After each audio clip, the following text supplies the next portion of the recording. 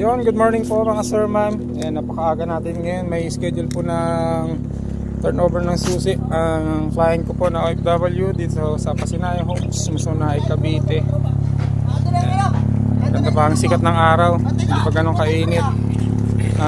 Bali, kasama ko ngayon dito isang kapatid ng client ko. Bali, sa kanya ko bibigay yung susi. Ako lang ang kukuha. Ako kasi ang nilagay niya sa SPA. Kaya maaga tayo ngayon. Huwag na dyan doon, sa nilong ko. Maaga. Kasi may lakad tayo mamaya after nito. Ayan, di pa ganun kadami yung tao. Bali na pang 14 lang ang nakuha nating number. Para after lunch tapos na tayo dito.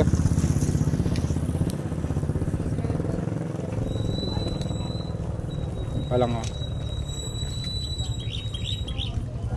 makasamahan tayo dito.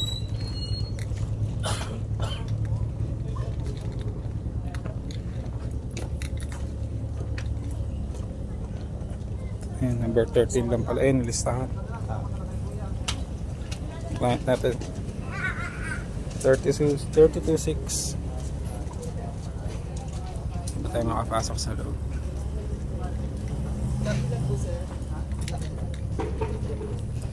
Yung Pasinaya Homes natin, nagpe-prepare ng upuan.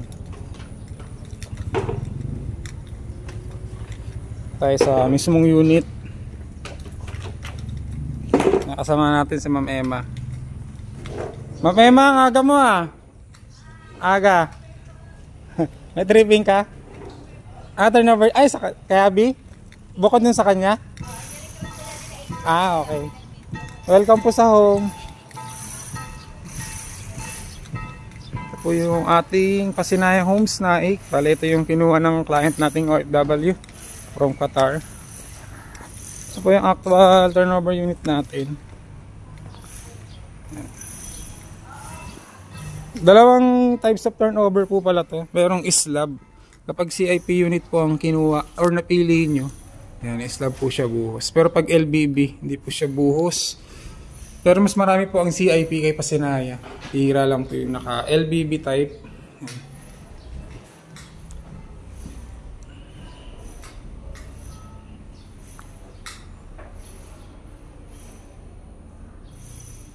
Ito po yung ating toilet and bath. Naka-tiles na po siya, half lang. Kaya na po magbahala, magpa-extend kung gusto po extend na tiles or pintura na lang. Ito po yung ating toilet and bath.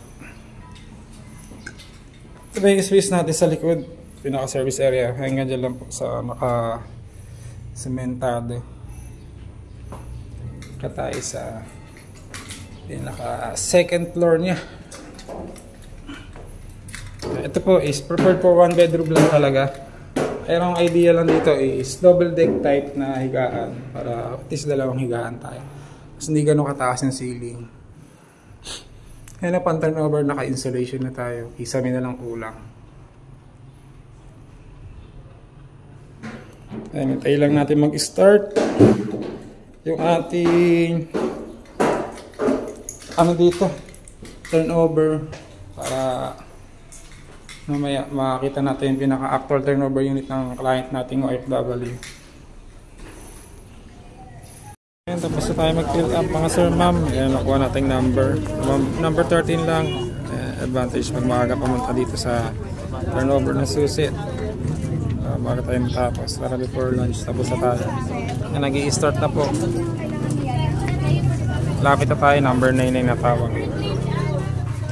Kompleto na naman ng performance na dala natin. Kakagulo na. 400 units daw po ang per turnover ngayon. Yun, nakaabot tayo sa first batch. Tagalan tayo kasi may kulang na requirements. Hindi na pa Xerox. Hindi na pa rin. Tapos po, babalik po kayo dito para naman po sa mga concerns ninyo sa bahay. Kung ano yung sa tingin ninyo napaka-okay yung unit. No? Tapos po, meron dyan, pero wala po ng pinagkatan. Galing po dun sa guard ko.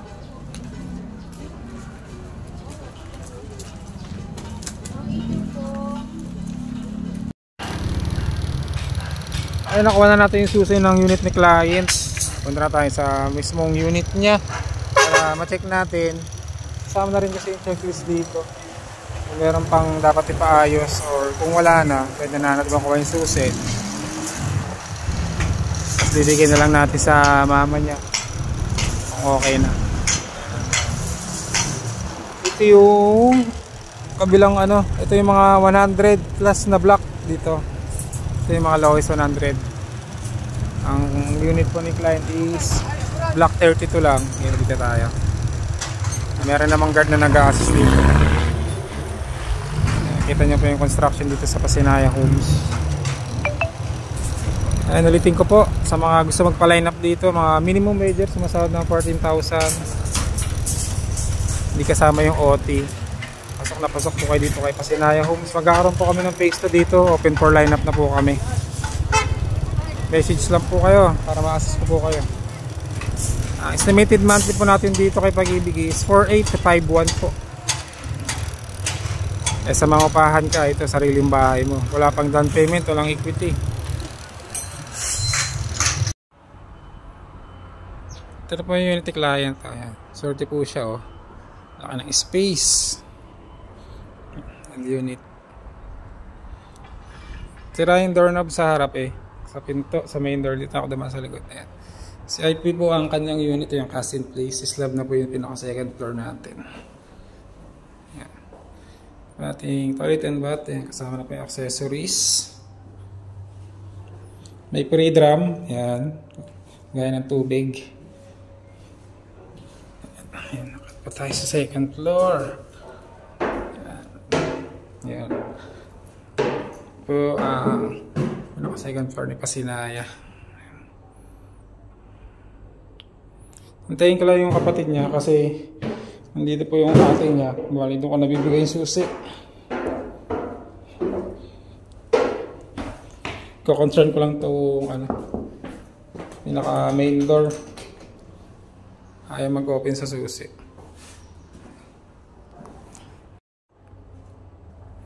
And sa mga gusto po mag-inquire ulit kay Pasinaya, meron po kami phase 2 na bubuksan. Tsaka kay Pagsibol. Kung nasahod po kayo ng 14,000 a month, hindi kasama ang OT. Pasok na po kayo dito kay Pasinaya. Open for lineup na po kami rito. 10K lang po processing fee, no down payment, no equity. Possible turnover, baka next year lang din po. Pagsibol po, duplex house, ganun din po, 10,000 processing fee. Prepared for 2 bedrooms po si Pagsibol, duplex type with parking po yun. And kay Pagsikat naman po, meron pa tayong available na unit. This year lang po turnover. Naka-promo sila ngayon, less 50,000. 10,000 lang din po processing fee, no down payment, na equity. Ayan, paki-like and subscribe na lang po aking YouTube channel. Yun lang po, maraming salamat.